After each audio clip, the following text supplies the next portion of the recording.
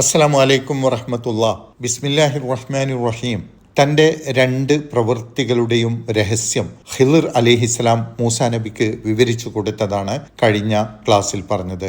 ഇനി മൂന്നാമത്തെ പ്രവൃത്തിയുടെ പൊരുൾ വിശദീകരിക്കുകയാണ് ഇന്ന് പഠിക്കുന്ന 82-ാമത്തെ ആയത്തിൽ. വ അമ്മൽ ജിദാറു, എന്നാൽ ആ മതിലുണ്ടല്ലോ, മറിഞ്ഞു വീഴാറായ ആ മതിൽ പ്രതിഫലമൊന്നും വാങ്ങാതെ ഞാൻ നേരെയാക്കിയത് എന്തിനാണെന്നോ, ഫക്കാൻ അലി ഗുലാമൈനി യത്തീമൈനി ഫിൽ മദീനത്തി, അത് ആ പട്ടണത്തിലെ രണ്ട് അനാഥ ബാലന്മാരുടേതായിരുന്നു.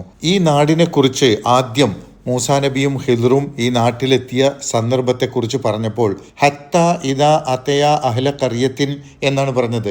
അവിടെ ഖറിയത്ത് എന്നാണ് നാടിന് ഉപയോഗിച്ചത്.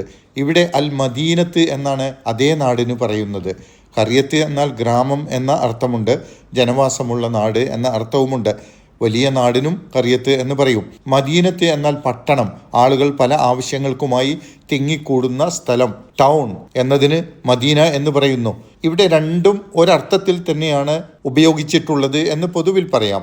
എന്നാൽ ഖുർആന്റെ സൂക്ഷ്മമായ പ്രയോഗങ്ങൾ പഠിക്കുമ്പോൾ ഖറിയത്ത് എന്നത് ഖുർആനിൽ ഒരു നാടിനെ കുറിച്ച് നെഗറ്റീവ് സ്വഭാവമുള്ള പരാമർശങ്ങൾ പറയുമ്പോഴാണ് അധികവും വന്നിട്ടുള്ളത് എന്ന് ഈ പദം വന്ന ആയത്തുകൾ പരിശോധിക്കുമ്പോൾ മനസ്സിലാവും.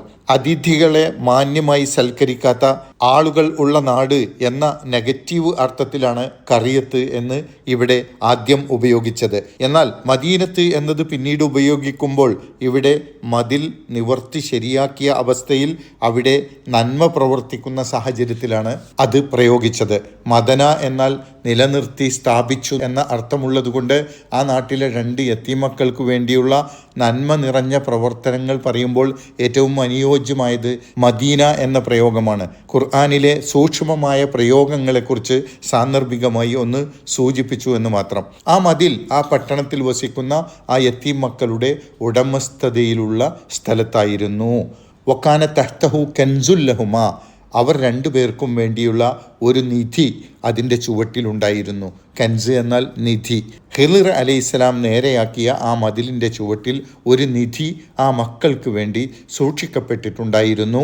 വക്കാന അബൂഹുമ സാലിഹൻ, അവർ രണ്ടുപേരുടെയും പിതാവ്, ആ മക്കളുടെ പിതാവ് ഒരു നല്ല സാലിഹായ മനുഷ്യനായിരുന്നു.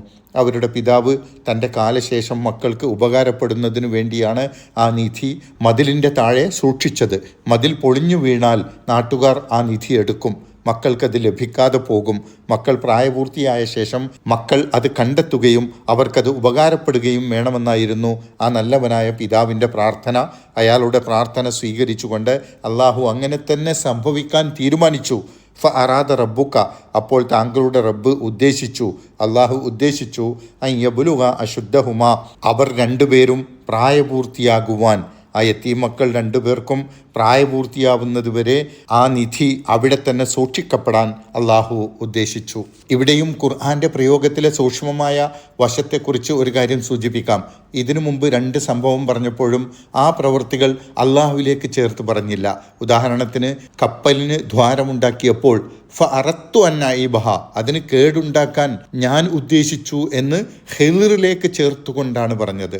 അതുപോലെ ബാലനെ വധിച്ച സംഭവത്തിലും ഫഅറദ്ന അൻ യുബ്ദിലഹുമ റബ്ബുഹുമ, അള്ളാഹു അവർക്ക് നല്ല മക്കളെ പകരം കൊടുക്കുവാൻ നാം ഉദ്ദേശിച്ചു എന്ന് പറഞ്ഞപ്പോഴും അള്ളാഹുവിലേക്ക് ചേർത്തുകൊണ്ടല്ല ആ പ്രവൃത്തിയും പറഞ്ഞത്. കാരണം അതൊക്കെ അള്ളാഹുവിൻ്റെ നിർദ്ദേശപ്രകാരം ചെയ്തതാണെങ്കിൽ പോലും പ്രത്യക്ഷത്തിൽ നന്മയല്ല എന്ന് തോന്നുന്ന അത്തരം പ്രവൃത്തികൾ അള്ളാഹുവിലേക്ക് ചേർത്ത് പറയാതിരുന്നത് അള്ളാഹുവിൻ്റെ മഹത്വത്തിന് അത് ചേരുകയില്ല എന്നതുകൊണ്ടാണ്.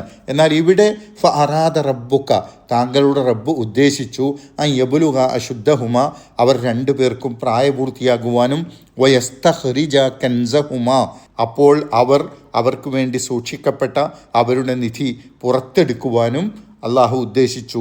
റഹ്മത്തം മിർ റബ്ബിക, ഇതൊക്കെ താങ്കളുടെ റബ്ബിങ്കൽ നിന്നുള്ള കാരുണ്യമായി കൊണ്ടാണ്. അപ്പോൾ ആ അനാഥ മക്കൾക്ക് അവരുടെ പിതാവ് ആഗ്രഹിച്ച പോലെ പ്രായപൂർത്തി എത്തിയ ശേഷം അവർ നിധി സ്വയം പുറത്തെടുക്കാൻ വേണ്ടി അള്ളാഹു ഉദ്ദേശിച്ചത് കൊണ്ടാണ് ഞാൻ വീഴാറായ ആ മതിൽ നിവർത്തിക്കൊണ്ട് ആ നിധി ആളുകളുടെ കണ്ണിൽപ്പെടാതെ മറച്ചു വെച്ചത് എന്ന് ഖിളിർ പറഞ്ഞപ്പോൾ ആ കാര്യം അള്ളാഹുവിലേക്ക് ചേർത്തുകൊണ്ടാണ് പറഞ്ഞത്.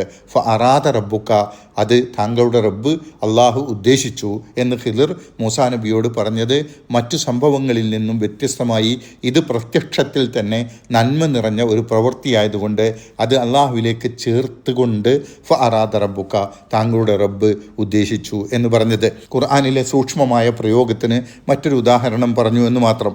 ഇങ്ങനെ അള്ളാഹുവിൻ്റെ കിതാബിലുള്ള കാര്യങ്ങളെക്കുറിച്ച് ആഴത്തിൽ ചിന്തിക്കുകയും മനസ്സിലാക്കുകയും ചെയ്യുമ്പോൾ എന്തെല്ലാം കാര്യങ്ങൾ നമുക്ക് മനസ്സിലാക്കാൻ കഴിയും.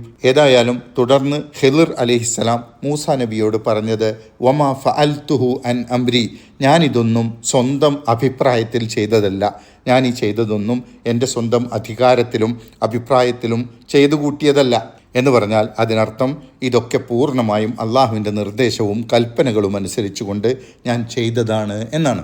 ദാലിക തഅ്വീലു മാ ലം തസ്തി അലൈഹി സ്വബ്ര, ഇതൊക്കെയാണ് താങ്കൾക്ക് ക്ഷമിക്കാൻ കഴിയാതെ പോയ സംഭവങ്ങളുടെ വ്യാഖ്യാനം. മാലം തസ്ത്യ എന്നാണ് ഓതേണ്ടത്. കഴിഞ്ഞ ആയത്തിൽ വന്നത് മാലം തസ്തത്യ എന്നാണ്. ഇവിടെ ഒരക്ഷരം കൂടി കുറഞ്ഞ് തസ്ത്യ എന്നാണ് വന്നിട്ടുള്ളത്. അത് അറബി സാഹിത്യവുമായി ബന്ധപ്പെട്ട ബലാഗയുമായി ബന്ധപ്പെട്ട കാര്യമാണ്. വിശദീകരിക്കാൻ സമയമില്ല. അറിയാൻ താല്പര്യമുള്ളവർക്ക് വ്യക്തിപരമായി ബന്ധപ്പെടാം. പ്രിയപ്പെട്ടവരെ, ഇന്ന് ലോകത്ത് നടന്നുകൊണ്ടിരിക്കുന്ന സംഭവങ്ങൾ നമ്മെ അസ്വസ്ഥപ്പെടുത്തുന്നതും പ്രത്യക്ഷത്തിൽ ഇസ്ലാമിനും ഇസ്ലാമിക സമൂഹത്തിനും പ്രത്യേകിച്ചും ലോകത്തിലെ എല്ലാ ജനസമൂഹത്തിനും പൊതുവിലും പ്രയാസം സൃഷ്ടിക്കുന്ന കാര്യങ്ങളാണ്. എന്നാൽ ഇതിലൊക്കെ ഒളിഞ്ഞിരിക്കുന്ന ഒരു നന്മ അള്ളാഹു ഉദ്ദേശിച്ചിട്ടുണ്ടായിരിക്കുമെന്നും ഒടുവിൽ ആ നന്മയിൽ നമുക്കൊക്കെ സന്തോഷിക്കാൻ കഴിയുമെന്നുമുള്ള ശുഭാപ്തി വിശ്വാസത്തിൽ കഴിയുക. അള്ളാഹു എല്ലാവിധ പ്രയാസങ്ങളിൽ നിന്നും നമ്മെ കാത്തുരക്ഷിക്കുമാറാകട്ടെ. അസ്സലാമു അലൈക്കും വറഹ്മത്തുള്ളാഹി വബറകാതുഹു.